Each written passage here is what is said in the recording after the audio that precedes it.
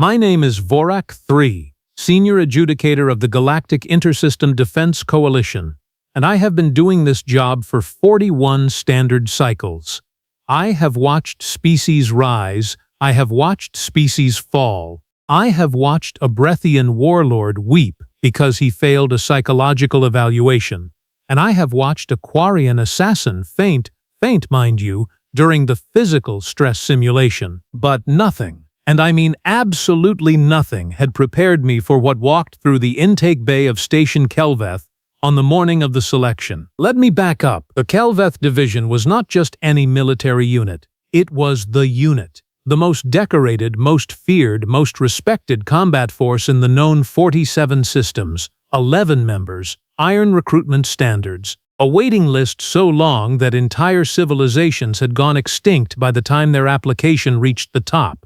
When a spot opened up, and spots only opened when someone retired, died heroically, or both at the same time, the selection event was the single most competitive exercise in interstellar history. 7 species had qualified for this particular selection cycle. 7, the Drevathi, who could survive in vacuum for 14 minutes and whose skeletal structure was composed largely of a mineral that laughed at standard blaster fire. The Hulken, whose twin cardiovascular systems meant you had to destroy their hearts in the right sequence or they simply kept walking toward you, looking personally offended. The Varric of the 4th cluster, who had 19 confirmed kills before they were old enough to legally purchase a combustible drink. The Ossian Sentinels, who had been at war continuously for 300 years and had stopped keeping count. The Fren, whose echolocation made them essentially impossible to ambush. The Galactic chosen, who were genetically engineered specifically for war, and who had been told this fact on their first birthday, and by what I can only describe as a catastrophic clerical error. Humans. I want to be very clear about what I mean when I say clerical error. The species classification system we use runs on an automated recommendation engine.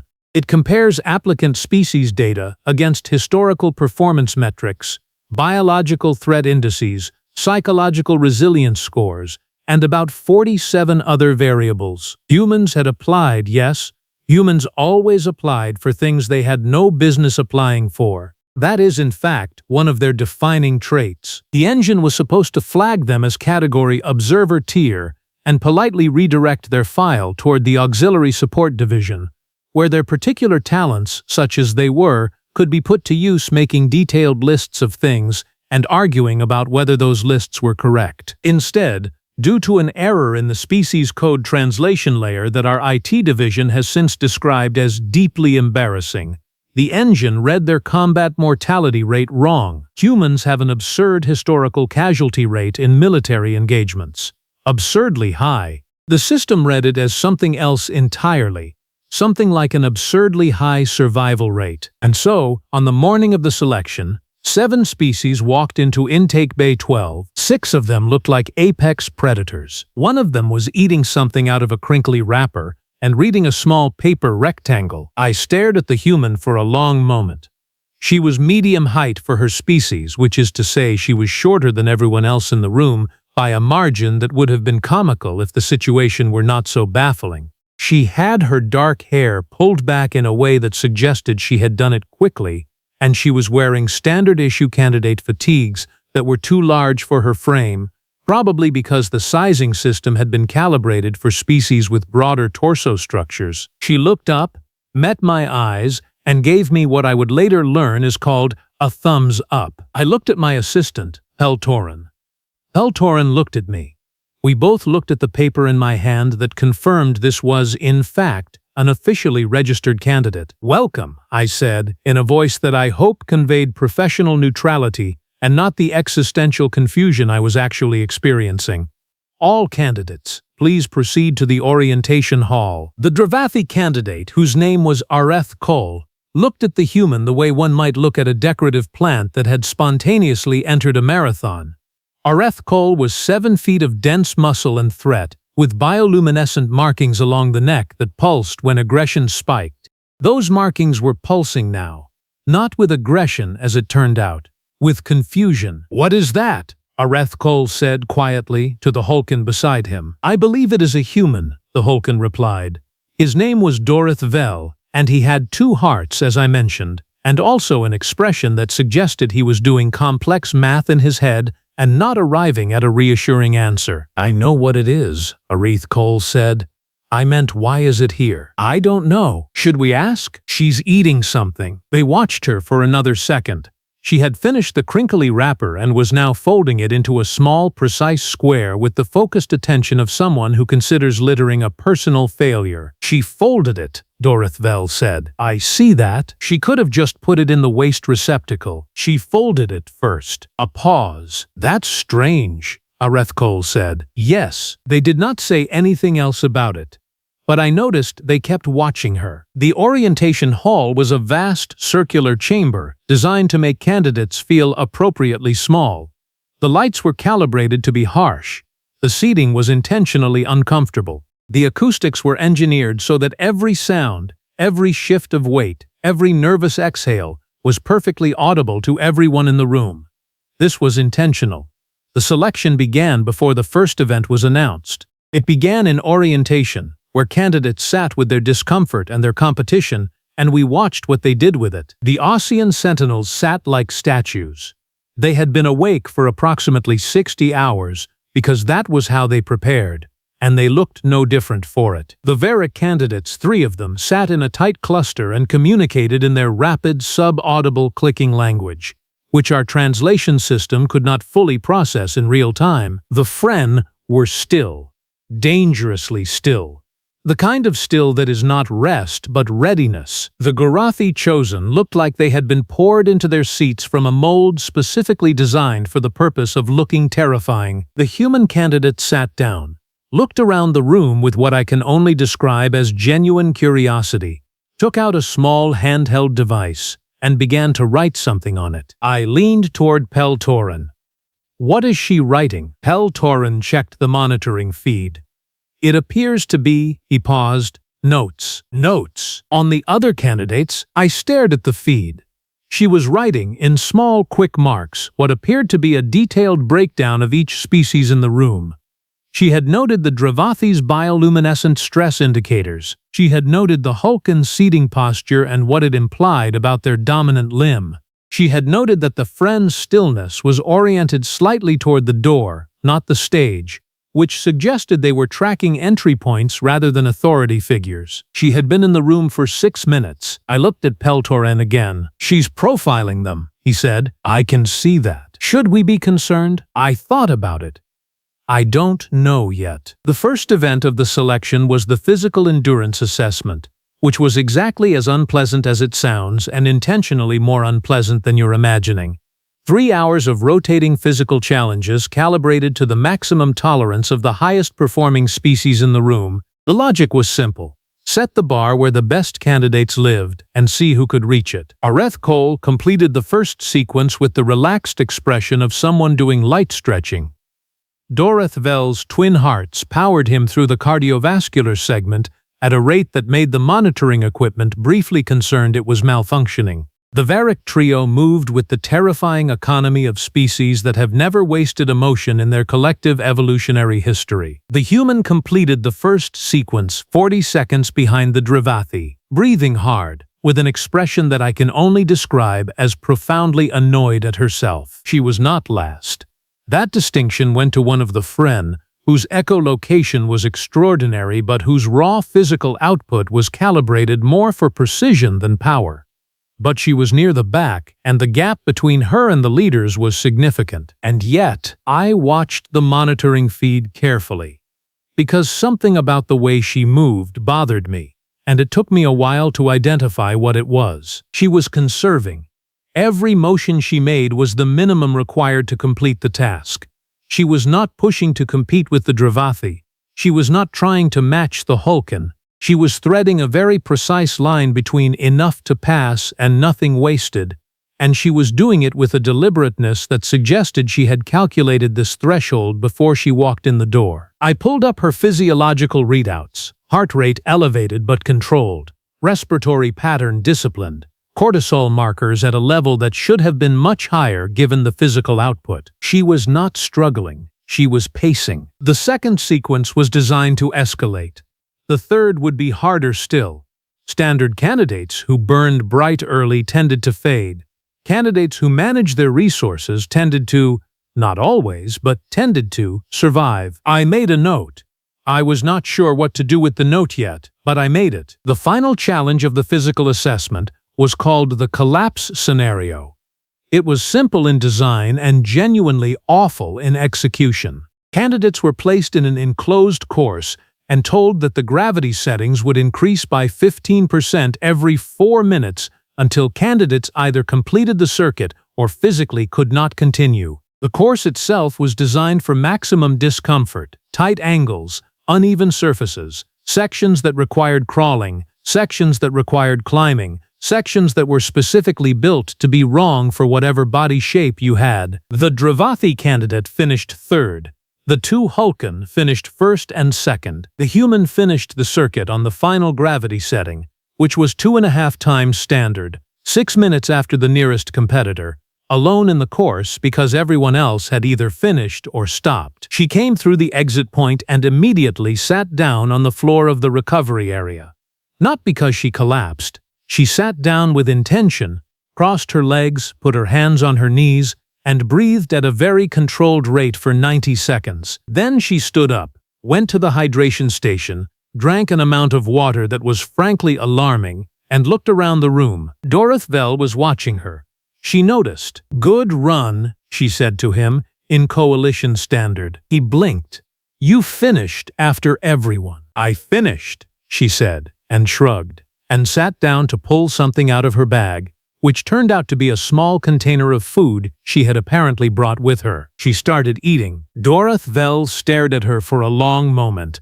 Then he turned to Areth Cole. "She brought food," he said. "I see that. She planned to be hungry." A pause. "She planned," Areth Cole said slowly, "to take that long." They both looked at her again. She was eating with the focused contentment of someone who had accomplished exactly what she intended to accomplish and was now rewarding herself accordingly. Hel Torin appeared at my elbow. "Sir," he said quietly, "I've been running the data from the physical assessment, and she performed below average in raw output metrics across every category." He paused.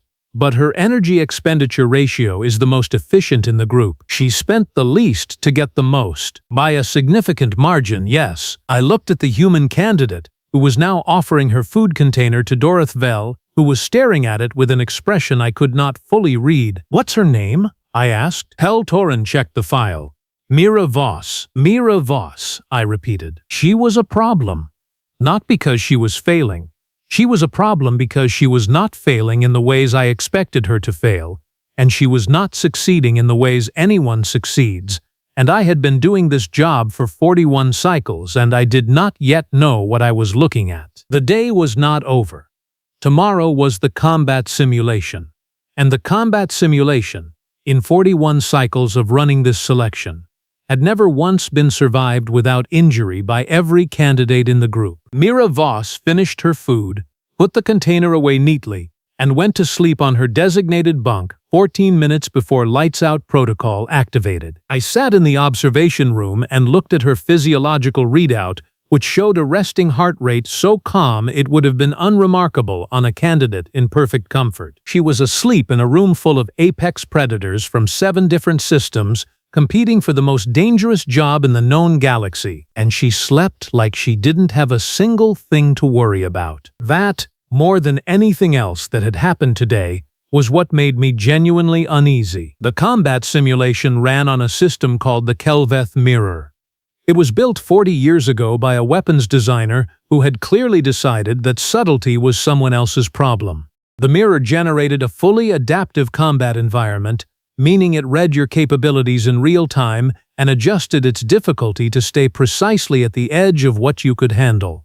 It was not trying to kill you, it was trying to find the exact point where you broke and then push you past it and then watch what you did next. Every species broke differently. That was the point. The mirror had seen everything. Drevathi, who tore through the first 3 scenarios and fell apart the moment it switched to psychological pressure. Hulken, who powered through physical combat for hours and then made a single catastrophic decision when it introduced a hostage element. The mirror did not care about your physiology, it cared about your limits, and it was extraordinarily good at finding them. Candidates went in one at a time. Observation was mandatory. Every other candidate watched every run.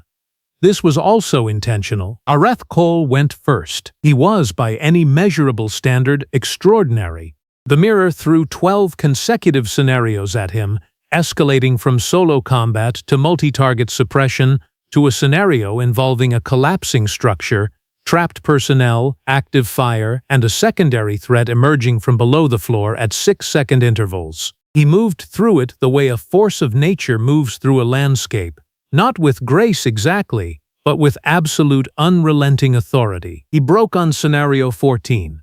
It was a command scenario, 3 allies injured, limited resources, 2 possible extraction routes with different risk profiles, a 30-second decision window. He chose the wrong route. Both simulated allies died. He stood in the aftermath for 11 seconds before the mirror ended the run, and the expression on his face during those 11 seconds was one I recognized. It was the expression of someone who had just learned something about themselves they did not enjoy knowing. He came out of the simulation chamber and sat down without speaking. Dorith Vell ran next and broke on Scenario 12, which was an ambush scenario with environmental variables that his twin cardiovascular systems could not account for fast enough. He adapted, but 3 seconds too late, and 3 seconds is a geological age in a firefight. The Varric trio ran, one at a time, and each of them was terrifying in different ways, and each of them broke at different points for different reasons. The Friend candidate ran and navigated 15 scenarios before the mirror found the limit, which turned out to be a sensory deprivation element combined with rapid positional shifts. Without echolocation, they were, not helpless, but recalibrating, and the mirror did not give you time to recalibrate. The Ossian Sentinel ran for 22 scenarios before the mirror broke them, which was a record for this selection cycle and the 3rd highest run in the recorded history of the event. The room was very quiet when they came out. Then it was Mira Voss's turn. She stood up from her seat, and I noticed she did not adjust her posture or roll her shoulders or do any of the physical preparation rituals that other candidates performed. She just stood up and walked to the chamber door with the unhurried energy of someone who had somewhere to be and was going there at their own pace. The door closed behind her. The first scenario appeared on the observation feed. A corridor, 2 armed hostiles, standard entry point, straight engagement. She did not engage. She looked at the corridor for approximately 2 seconds, identified a ventilation access panel on the left wall, removed it with her hands because the mirror's environmental sim had not locked it because no previous candidate had ever tried to use it, crawled through a space that was, by my estimation, deeply uncomfortable, emerged behind one of the hostiles, and ended the scenario in a way that the mirror briefly seemed to need a moment to process. Areth Cole leaned forward in his seat. Scenario 2 was a wide-open space, multiple targets, no cover. This was a scenario designed to punish indirect approaches. You were supposed to move fast, suppress fire, advance under your own offensive pressure. She found cover that technically should not have been sufficient, because it was a piece of environmental debris that was too small for most species and exactly the right size for her, and she worked through the scenario with a patience that was almost insulting to watch. Every target she engaged once. 1 shot, 1 resolution, next target. No wasted motion, no wasted ammunition. The mirror escalated the target count. She escalated her stillness. She's not trying to win fast, Dorith Vell said quietly, to no one in particular. She's trying to not lose at all, Areth Cole replied. Scenario 5 introduced a timer. A structural element was going to collapse in 90 seconds, and there were 3 simulated personnel in the structure that needed to move. The mirror expected urgency. It had calibrated the scenario to create a chaotic rush where candidates had to make fast triage decisions under physical pressure. Mira Voss looked at the structure for 4 seconds, which sounds short, but was an extraordinary amount of time to spend not moving when a building was counting down. Then she moved with a speed that was genuinely startling. Not because it was superhuman, but because it was so precisely directed that it appeared faster than it was. She had used those 4 seconds to calculate the most efficient path, and now she was executing it without a single hesitation or backtrack. All 3 personnel out. 11 seconds to spare. Peltorin appeared beside me. Sir, I see it. She is not performing above the other candidates in any individual metric. I know. And yet, I know, Peltorin. Scenario 9 was the one I watched most carefully, because Scenario 9 was the command scenario, the one Aerith Cole had broken on. 3 injured allies, 2 extraction routes, 30-second window. She looked at both routes. Then she looked at her injured allies. Then she did something no other candidate had done in 41 cycles of running this selection. She talked to them, not in the way of giving orders. She said quickly and very clearly, "You two, can you move, not run? Move, yes or no?" The 2 simulated allies who could tolerate movement confirmed it. The third could not. She said, "You," to the third, "are going to be uncomfortable for the next 4 minutes. I need you to trust that." Then she took the route that no candidate had taken, not because it was better in the abstract, but because it was better for the specific physical condition of the specific people she was moving, and she got all 3 out with 45 seconds to spare on the extraction window. Aerith Cole made a sound. It was quiet, and I was not entirely sure what it meant, but it was the sound of something shifting. The mirror kept going. Scenario 12. Scenario 15. Scenario 17. I had been running the Kelveth selection for 41 cycles.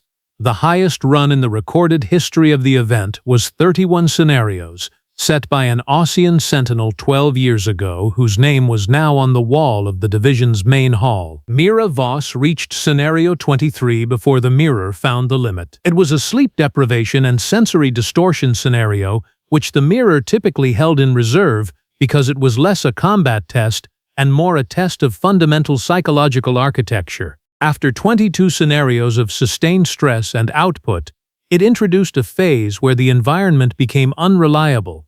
Sounds did not match their sources. Distances were subtly wrong. Friendly and hostile designations flickered in the targeting overlay. It was designed to make you distrust your own perception, and then measure what you did when you could not trust what you saw. She lasted 44 minutes in the distortion scenario before making an error. Not a catastrophic error, a small one. A movement toward a position that was 3 degrees off from optimal because her depth perception had been distorted for too long, and her corrections could no longer fully compensate. The mirror ended the run. She came out of the chamber. The observation room was completely silent. She looked around at the assembled candidates, the other species, the predators and the engineered soldiers and the 300-year veterans, and they all looked back at her, and nobody said anything for a moment that felt much longer than it was. Then Dorith Vell stood up. Just stood. He did not say anything. He just stood. Aerith Cole stood. The bioluminescent markings along his neck were doing something I had not seen them do before.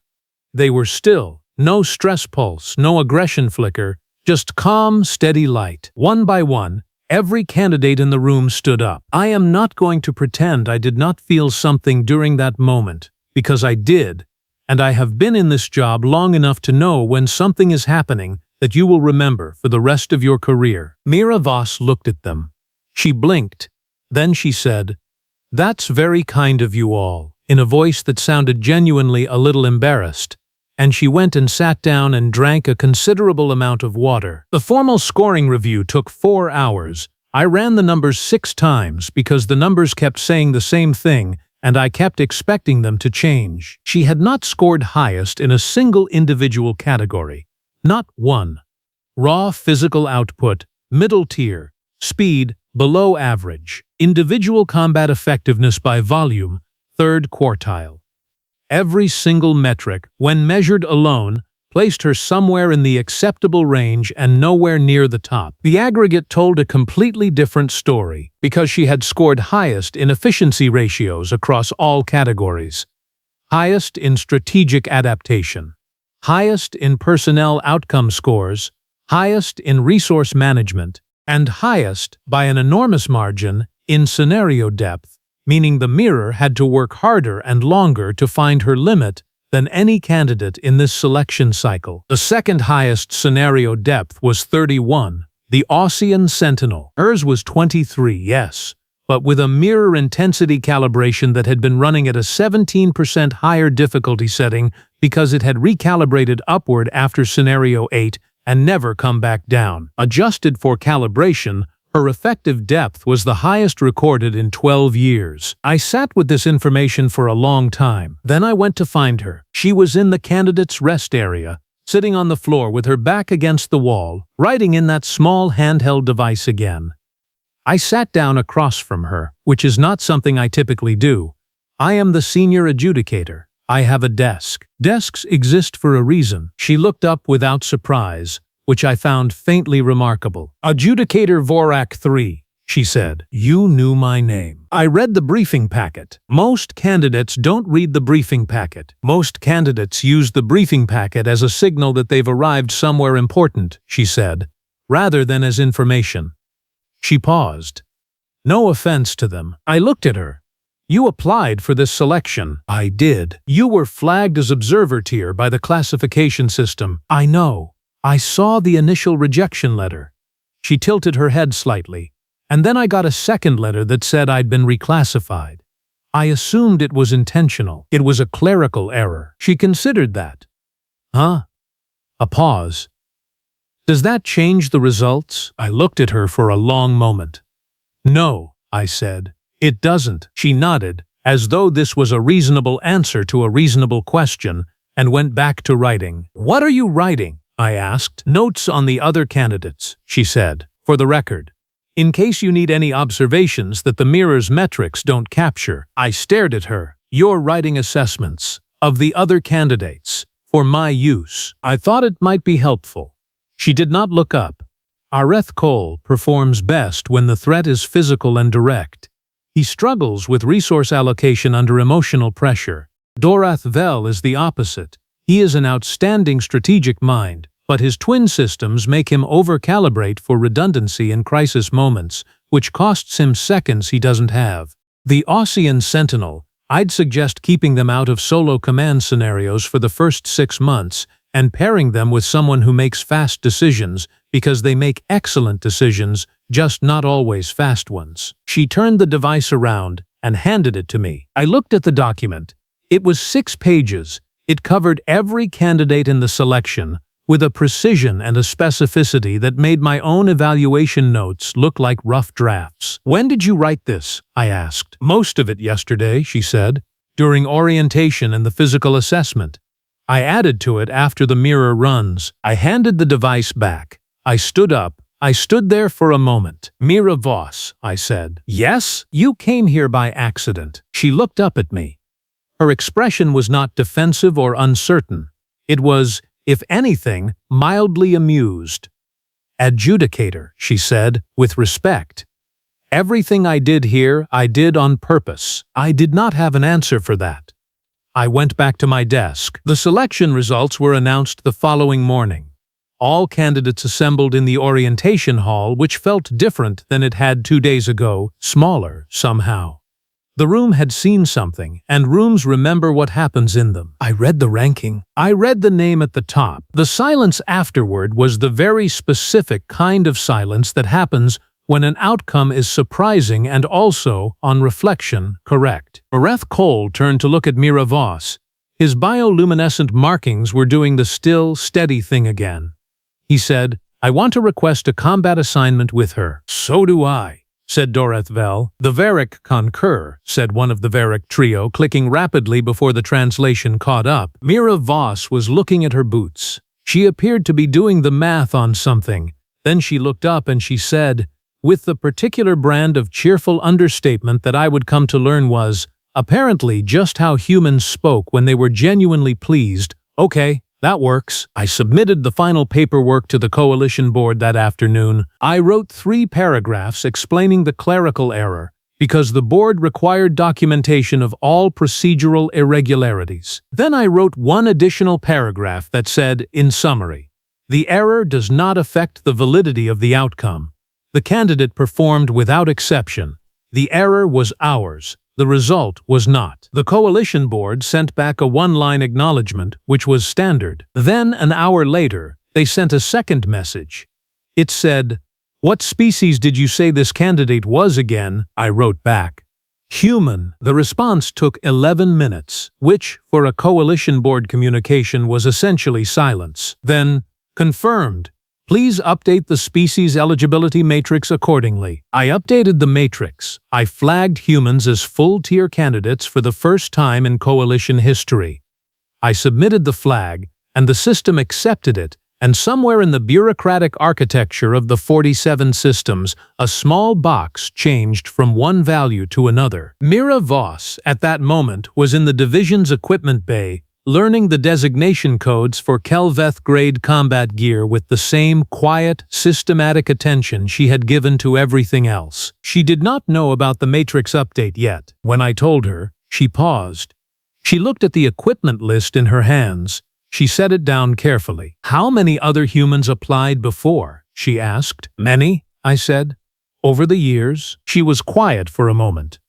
"And they were all redirected." "Yes." She picked the equipment list back up. "Okay," she said, in a voice that was very even and only slightly not.